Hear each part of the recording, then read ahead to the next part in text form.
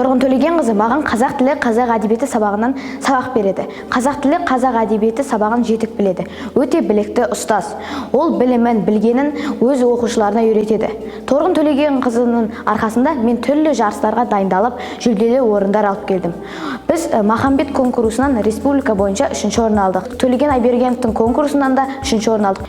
Торғын Төлегенқызы нағыз жыл үздік мұғалімі болуға лайық ұстаз. Торғын апайдың оқушыларының бірімін. Ол кісі басқа апайларға қарағанда өзіме ерекше қатты ұнайды.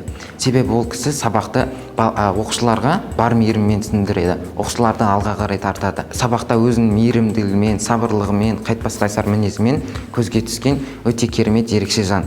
Торғын апайды ұстаз ретінде өте ерекше құрметтеймін. Ол кісіге алғысым шексіз. Біздің мектебіміз ашылған кезде, сол осы мектебімізбен қоса, Торғын Төлегенқызы Ақсарай деген театрда ашқан болатын. Сол жылдардан бері Ақсарай театрында Торғын Төлегенқызымен үлкен көріністерді, спектакльдерді дайындап қойып келеміз.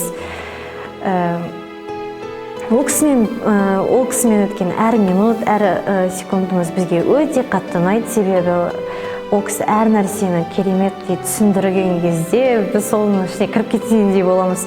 Және де ол кісі өте еңбекқорлығымен мені таңғалдырды. Осындай өте керемет қасиеттермен, адамды өзіне тартып тұратын қасиеттермен Торғын Төлегенқызы менің ең бірінші үлгі тұтатын ұстазым десем болады.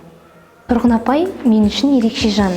Торғын апайдың маған бір ұнайтын ерекшелігі сабақты барынтасымен, мейіріммен түсіндіреді. Шынымды айтсам, осы уақытқа дейін Торғын апайдың бір ашуланғанын көрмеппін. Өзі сабырлы, байсалды кісі. Бар айтарым Торғын апайға алғысым шексіз.